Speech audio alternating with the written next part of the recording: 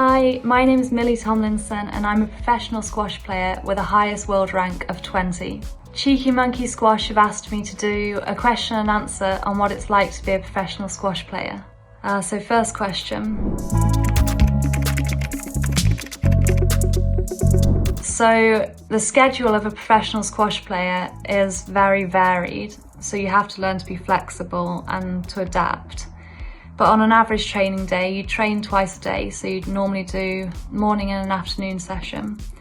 And over the week, these sessions would be a mixture of strength and conditioning, mobility and core work, fitness sessions, and then your court sessions, so solo, technical stuff, and then match play as well.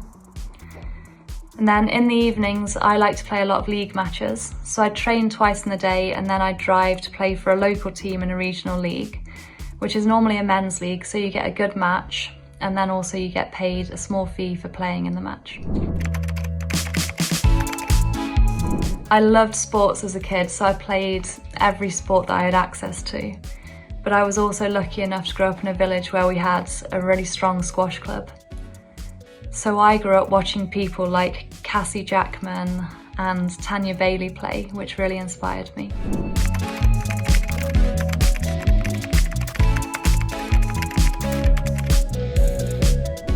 I'm not sure other players would appreciate me sharing embarrassing gossip from the circuit, so that might have to stay a tour secret for now. I usually like to hit before my matches, just so that I can get my swing going and get used to the court. And then I'd normally do a 20 or 30 minute warm up. And then just before the match, I like to either video call with my sisters or like talk to some of the other players that are there and just kind of get out of my own head and joke around and relax a bit to ease my nerves.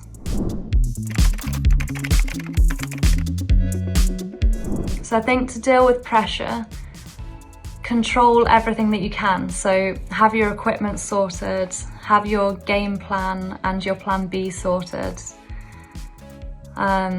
If you want someone to coach you in between games, make sure that's all sorted out. You've done a good warm up. And then once you've controlled all the things that you can, then just try to remember why you play squash in the first place and why you enjoy it, because most people play their best matches when they're having fun and they're in a good mood and they're enjoying it. So try and embrace the situation, remember why you play, remember it's a game and that you're there to enjoy it and have fun, but also to win at the same time.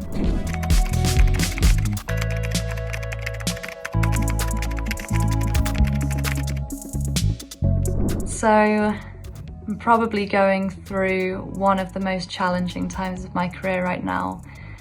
I've been injured for the past 3 or 4 months, which has involved completely resting my leg and using crutches for the majority of it. So I haven't been able to walk, cycle, run, swim, or play squash, or do any other sports or activities. So it has been very tough. But I think things that have helped have been finding different things to focus on. So I've been studying law part-time, which has been good because it's given me a sense of purpose.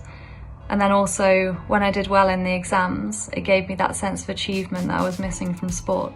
So I think as athletes, we're continuously setting small goals that then help us hopefully achieve the bigger goals.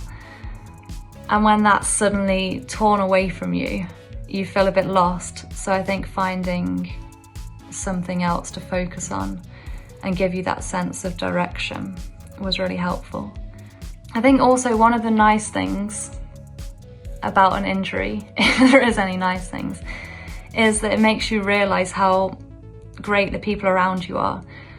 Like, I didn't even really ask for help from anyone, but everyone stepped up and kind of reached out and tried to find things we could do together that didn't involve being active, or try to think of ways they could help me or cheer me up, which was really nice and made me suddenly appreciate all of the people around me a lot more. On that front as well, like all of my sponsors carried on supporting me through the injury, so like Ashaway, Dunlop, Dentizan, 305 squash, PDH Sports, all carried on supporting me, which was amazing. England Squash fully supported me through the injury as well. So I did feel very appreciative of all of the support that I had, which was nice. How did I overcome the challenging time? So I haven't fully overcome my injury yet, so maybe I can answer this question better in a few weeks, hopefully anyway.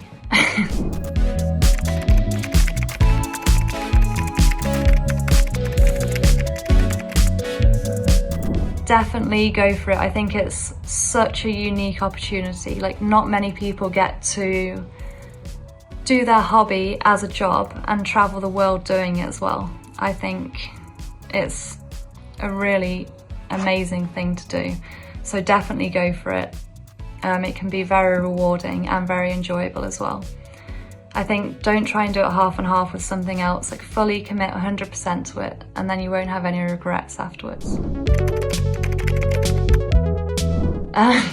So I haven't used my squash bag in a while, but it usually has a few rackets in it, a pair of shoes, spare grips and strings, spare kit, some snacks, a book because there's a lot of downtime on the tour.